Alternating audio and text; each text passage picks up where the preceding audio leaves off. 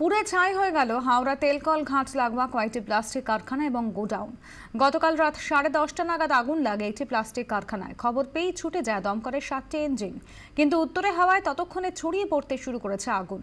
আশেপাশে বেশ কয়েকটি প্লাস্টিক কারখানা এবং গোডাউনকে দ্রুত আগুন গিলে ফেলতে শুরু করে। প্রায় পরিস্থিতি বুঝে মোতায়েন করা হয় দমকলে 18টি ইঞ্জিন। প্রায় 4 ঘন্টার চেষ্টায় আগুন নিয়ন্ত্রণে আসে।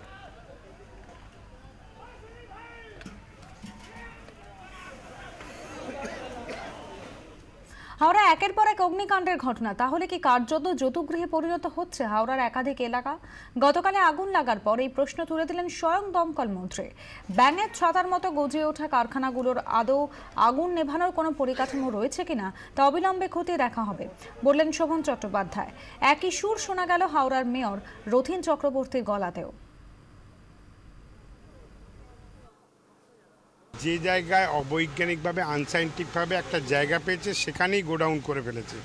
এত বড় বড় গোডাউন বা এইরকম ধরনের মানে যৌতুগৃহর মতন যে সমস্ত জিনিস পরে আগুন ছড়াতে পারে সেই দাহ্য পদার্থও এখানে যেভাবে জড়ো করা হয়েছে, তারা কতটুকুনি নিজেদের আগুন নেওয়ার ব্যবস্থা রেখেছে এটা নিশ্চয়ই সন্দেহের অবকাশ থাকতেই পারে।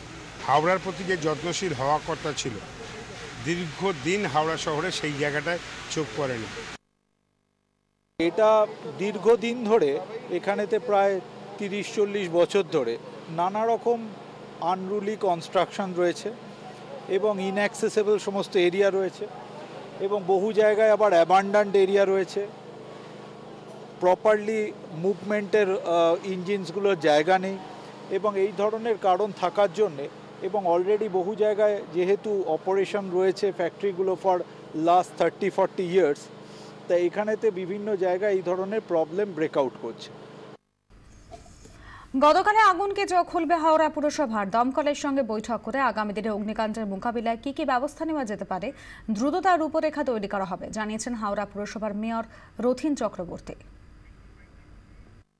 এখানেতে আমাদের দমকল বিভাগের সঙ্গে আলোচনা করে পরবর্তী সময় পৌরসভা আমরা পদক্ষেপ নেব যে যেখানে এই ধরনের রিস্ক জোন রয়েছে সেই রিস্ক জোনগুলোকে কিভাবে এনকাউন্টার করা যাবে, এক্সিস্টিং সেট আপকে যদি প্রয়োজন হয় সেগুলোকে কোথায় সরানোর দরকার হবে, এই ধরনের আমরা পদক্ষেপ নেব বলে ঠিক করেছি।